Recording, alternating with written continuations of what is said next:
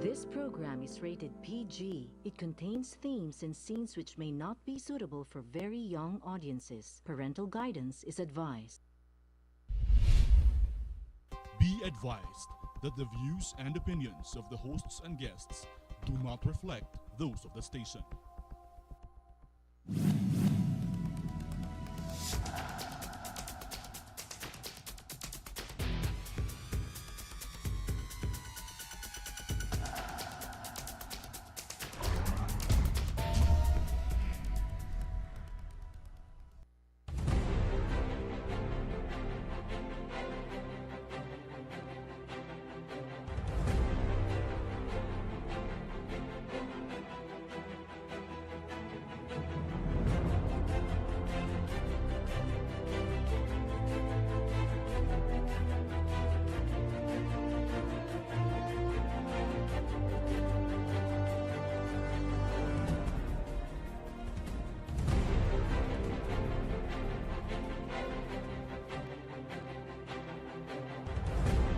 Hello to everybody. Welcome to another edition of Libertas. This is Tonino Abana.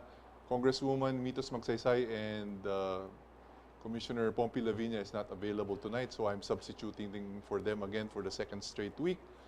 We have a very, very interesting topic tonight with a very, let's say, controversial or controversial guest with a controversial topic, actually.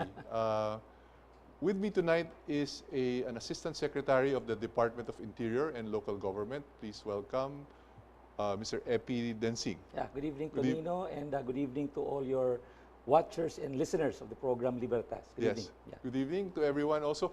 Our topic tonight is concerning this call for a revolutionary government. Yeah. And here to discuss this matter with us is Asec Densing. First of all, I'd like to ask a question. Who is making this call for a revolutionary government and why?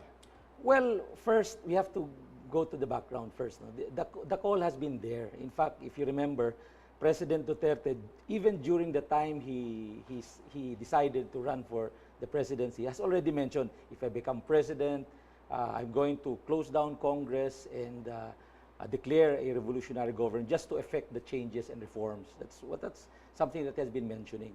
And when he got elected, these people who were always listening to him asked him that when will he make that call. But of course, we were in the transition, so that was never a topic. But there were people behind that who wanted to make the call. But, so let's make it clear. Yeah. Is it President Duterte making a call for a revolutionary government, or? Well, actually, it's the people who wants the president to make that call. Okay, so the call has not been made by the president, although it was part of his campaign promise. We weren't sure that if he was serious about it.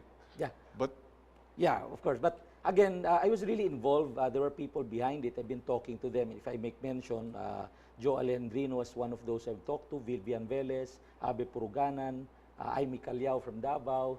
So I've been talking to them as early as this year, January or February. But I told them, before we even call for a revolutionary government, we should make sure that this concept or call must be brought down to the Filipino masses, discussed constructively by everybody.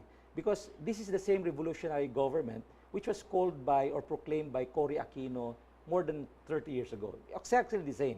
The only difference is that the one who backed up the Cory revolutionary government were a bunch of oligarchs.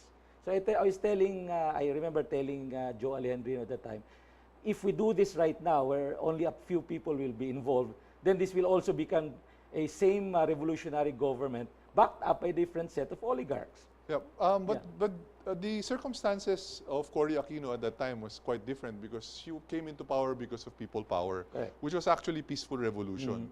Although there were elections where actually Marcos was declared the official winner, she assumed power because of people power. Yes, but in this case, the president was duly elected by the people with a majority, vote of a majority of the people. So why make this revolutionary call?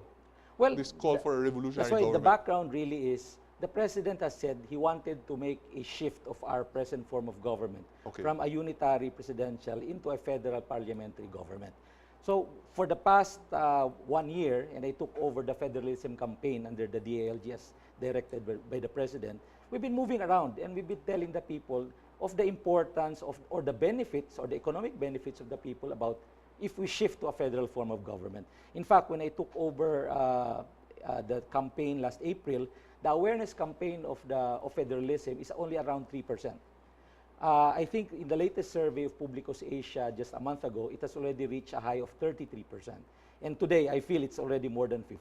But Asec Densing, there are moves in Congress to try to amend the Constitution through Congress. Yeah, correct. Constituent Assembly and so on. There are two ways of amending the Constitution. One is through a constitutional convention, but apparently that's no longer a choice. I mean, because nobody has called upon a constitutional convention, and there's no government funding for it. So the next framework is really Congress converting itself into a constituent assembly to amend the Constitution. Apparently, in our timing, we were looking at the midterm elections in May 2019, where we can already tell the people in a plebiscite for that shift. But it's already nearing December, and there's no constituent assembly, and much to it, we feel that it's being delayed, and we also feel that we are not, many of the people that I've talked to does not trust Congress to amend the Constitution because they might do amendments in their favor. So these are the things that are blocking that shift to a federal form of government. It might delay. That's number one. Second, we already feel, and we have reports that destabilization is true. There are really destabilization efforts to bring down the presidency. And since they cannot convince people here, they're starting to do some economic destabilization outside of the country by convincing people not to invest in the Philippines. Yeah, but what has that got to do with the call for a revolutionary government?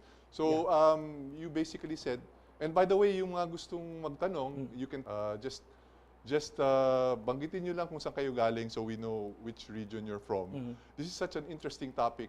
No less than an assistant secretary from the DILG is discussing this a revolutionary government. So you're saying, sir, that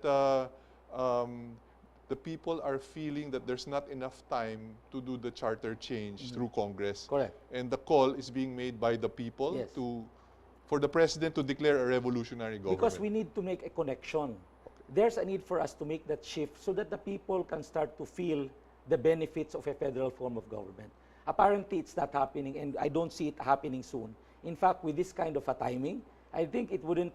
We will not be able to hold a plebiscite for purposes of amending the Constitution. So the people said, maybe we can look at another way of making the shift, and everybody started to talk about the revolutionary government. What I did in my Facebook account 3 Sundays ago was really to explain a federal form of government and the revolutionary government as a transition to federalism, to fast-track the change.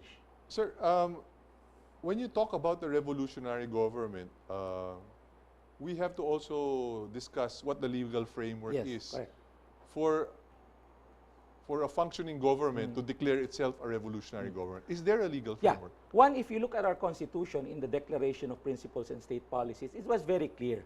Sovereignty resides in the people, and government authority emanates from them. That's number one. Number two, there's what we call an extra-constitutional right of the people to revolt for a government. In other words, all citizens in the world, whichever country, it does not need to be in the Constitution. They have that right to revolt, specifically on certain instances. And our definition of a revolution is no longer the bloody revolution type. The modern-day revolution may include peaceful revolution, which also happened in 1986. Now, when we ask the president to proclaim a revolutionary government, it only means to say that the first thing that will happen is, one, the present 1987 Constitution will be abrogated. It will no longer be in effect in a revolutionary government. So that's the very first step. Second, if that happens already, there will now be what we call a provisional constitution. So part of the provisional constitution is it may adopt the Bill of Rights. So it will say, in this provisional constitution, under a revolutionary government, all the Bill of Rights and the human rights of people are adopted. It will also mention that all government positions will be vacated, deemed vacated, and the president will be given the right to appoint people in government or reappoint some of them. And more importantly, this is what the president has said, Congress will be dissolved because the president will not only have executive powers, he will now also be having legislative powers. But isn't that courting danger, because that will have a chilling effect on business, on the status quo, Correct. on the legal system, for instance, and of course the stability of the regions, because all of a sudden everyone will be replaced. There will be appointees and so on. It's actually as is where is. What will change is the political structure. But whatever is happening right now will be as is where is. In other words, business will have the same policies. For purposes of government, what we have been proposing during a discussions with the proponents of the revolutionary government is all officials, though it will be vacated, everybody will be reappointed except those whom we feel that in their areas there are political dynasties, they are identified as corrupt officials, and they are in the list of the president who are involved in illegal drugs. Well, so everything will almost be as is where the it is. critics of the president will say that this is going to lead to a dictatorship. Basically, that's what they're going to say. Not necessarily, because the first question before the people even would ask the president or grant him this, what we call extraordinary powers in a revolutionary government, is the question is, do we trust the president? That's the very first question. Do we trust the president? Because we're giving him extraordinary powers. So if the people does not trust him, then there's no way we give him that. But apparently, after the Marawi crisis, where he was able to declare the martial law, and he was able to use martial law as a way of promoting peace and order in Mindanao, everybody is already giving him the thumbs up. Well, once you declare all the positions vacant, and then you will have no Congress, then there will be no balance of power between the executive, the judiciary, and the legislative. And during that interim period, who's going to keep the peace? Will it just be the president? No, it's again, as I mentioned, it's as is where it is. So we still have the same armed forces. We still have the same Philippine National Police. What will only be dissolved is Congress. The judiciary will still be there, but there will be reappointments. So we take out those people who have been very biased against government. So there's still a working judiciary. As I mentioned, although there's a declaration of vacancy of all government positions, the president will reappoint everybody except identified officials which needs to be replaced because of certain reasons behind it. So Yes. everything is the same. For business, everything is better, no? But the good thing is with the business, since the 1987 Constitution will be abrogated, there are two things that could happen. One is it will fast-track entry of more foreign investments. Why? For instance, we have a telecommunications industry which is a duopoly. The problem is if you apply for, right now, if you apply for a franchise, it will take you years before getting the franchise, not to mention the possibility of you giving bribes just to get that franchise. In a revolutionary government where there is no Congress, the new businessmen who wants to invest in the telecoms industry, they will just talk to the president and present themselves that they are a viable entity. We can have 2 or 3 other telecommunications company will have competitions aside from the two. So everything will be, there will be a shortcut. Excuse me, Asec Densing, we'll be going for a break, but before we go for the break, I think one of the questions that we'd like to ask and we'd like you to answer is the chilling effect that this announcement has on the viewers, and maybe you can explain it. Don't go away. This is Tonino Abana. We'll be back. This is Libertas.